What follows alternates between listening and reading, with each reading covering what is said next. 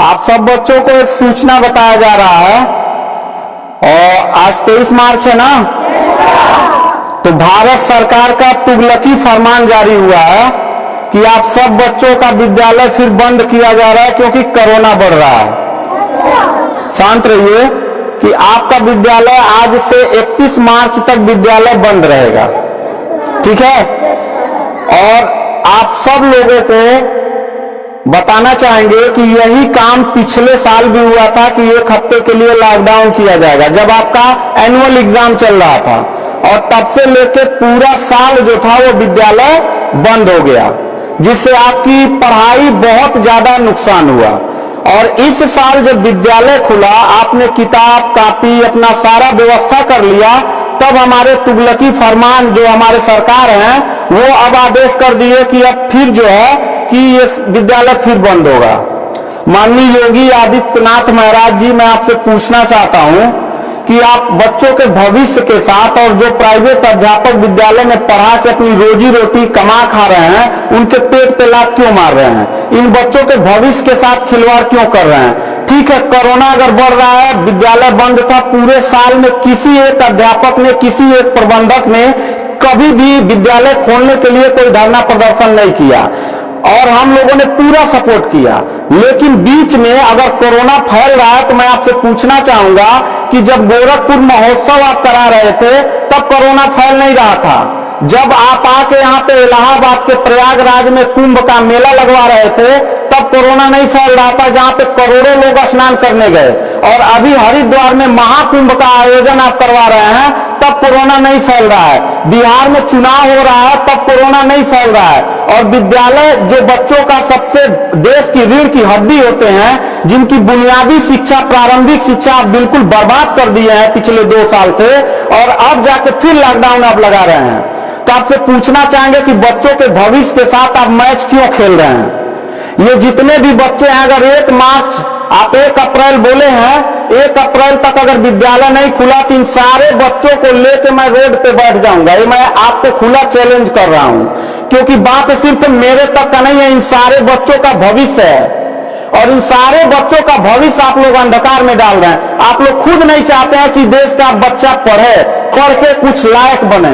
आप लोग अपना जब रैली निकालना रहेगा, चुनाव रहेगा, तो कोरोना आपके पास नहीं रहता है, और जब आपको लगेगा कि आपके विपक्ष में लोग खड़े हो रहे हैं तो आप कोरोना का ड्रामा करा के विद्यालय को सबसे पहले आप बर्बाद कर रहे हैं। आप बताइए, विद्यालय में आप गोरखपुर जिले में 193 लोगों ने अपने विद्यालय की मान्यता निरस्त करा लिया।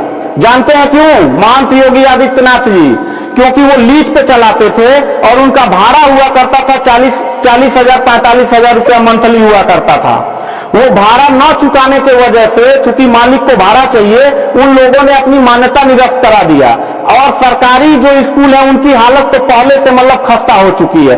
तो ऐसे कंडीशन में गार्जियन करे तो क्या करे और हम अध्यापक करे तो क्या करें? ये जितने भी 16-17 स्टाफ हैं, इन सब लोगों की रोजी रोटी चलती है इन बच्चों के और इस विद्यालय के संस्था से।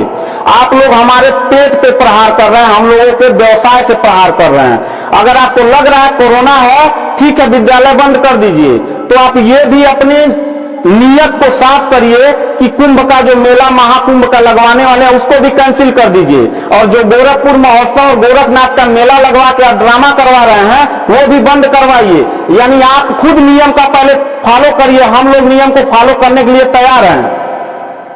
अगर लास्ट में जाते जाते यही कहेंगे, इन बच्चों को, चेहरों को देखिए, इनके माता पिता ने सारे बच्चों का, किनका मोबाइल बज रहा है, साइलेंट कर लीजिए ऐसा। इन सब बच्चों के माता पिता ने, बच्चों कितने लोगों ने आप किताब कापी अपना सारा कंप्लीट कर लिए हो? पता है, एक एक बच्चों की किताब कापी 2-2 हजार रुपए की आती है। आप फिर लॉकडाउन लगा दिए, इनकी पूरी पढ़ाई बर्बाद हो गई। अब यानी आपने 1 हफ्ते का लगाया है, आपकी नियत पे तो मुझे 100% विश्वास है ही नहीं है कि आप करोगे क्या। आप पूरे साल पढ़ाई बर्बाद करोगे। हाथ नीचे करिए। अब ये बच्चे करेंगे क्या? किताब लेकिन इनके गार्जियन करेंगे क्या? हम लोगों ने पूरा कोऑपरेट किया सरकार को। जितना दिन लॉकडाउन लगा था उतना दिन का मैंने पूरे सभी विद्यालय के लोगों ने शुल्क माफ कर दिया, क्योंकि गार्जियन के ऊपर कोई लोड न पड़े। हम लोगों ने टीचरों को पेमेंट नहीं किया, क्योंकि हम लोगों ने जब फीस नहीं लिया तो पेमेंट कहां से करें। हम लोगों ने पूरा सरकार का साथ दिया, जितना हो सकता था सब लोगों ने साथ दिया। लेकिन अब इतनी कंडीशन होने के बाद, विद्यालय खुलने के बाद आप लोग विद्यालय बंद कर रहे हैं, ये बहुत ही गलत कर रहे हैं। और आपका पॉलिटिकल जो फंडामेंटल जिस पे आप चल रहे हैं कि जिन नियतों पे आपका बर्बाद होने वाला है, मैं लिख के आपको दे दूंगा कि अगर फिर से 1 अप्रैल के बाद, ठीक है, अगर 1 हफ्ते के रोकने के बाद कोरोना भाग जाता तो मतलब 1 हफ्ता आप बंद कर लीजिए, बिल्कुल हम लोग 1 हफ्ता नहीं पढ़ाई कराएंगे। लेकिन अगर फिर साल भर का ड्रामा आपने किया तो निश्चित तौर पे याद रखिएगा कि तानाशाही उतना ही अच्छा लगता है जितना तानाशाह के अंत होने का समय ज्यादा दूर हो, और आपका समय बिल्कुल नजदीक आ गया है।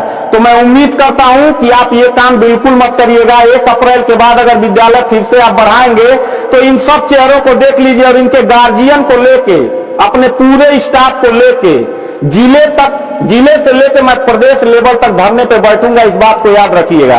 क्योंकि सवाल यहां सिर्फ मेरे रोजगार का नहीं है, मेरे जितने सहपाठी और जितने मेरे कर्मचारी लोग हैं और इन बच्चों के पढ़ाई का भविष्य का सवाल है। तो मैं इन बच्चों को लेकर धरने पे बैठ जाऊंगा, और जरूरत पड़ा तो असंवैधानिक भी हो जाऊंगा।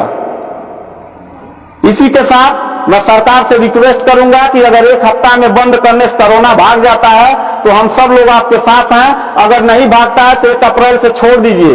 हम लोगों को कोरोना होगा, मरेंगे, क्या करेंगे वो हम लोगों की रिस्पांसिबिलिटी है। आपको इतना चिंता करने की जरूरत नहीं है, क्योंकि कोरोना में लॉकडाउन लगाने के बाद खाना हम ही लोग पहुंचाएंगे, लोगों के आने जाने की व्यवस्था हम ही लोग करेंगे, उनके दवा दारू की व्यवस्था हम ही लोग करेंगे। आप सिर्फ ड्रामा करेंगे, सिर्फ थरिया पिटवाएंगे और मोमबत्ती जलवाएंगे, इससे ज्यादा तो आपकी कुछ औकात है ही नहीं है। तो मैं उम्मीद करता हूं कि 1 अप्रैल के बाद आप विद्यालय खोल दीजिएगा। इन बच्चों के भविष्य के साथ आप लोग खिलवाड़ मत करिएगा।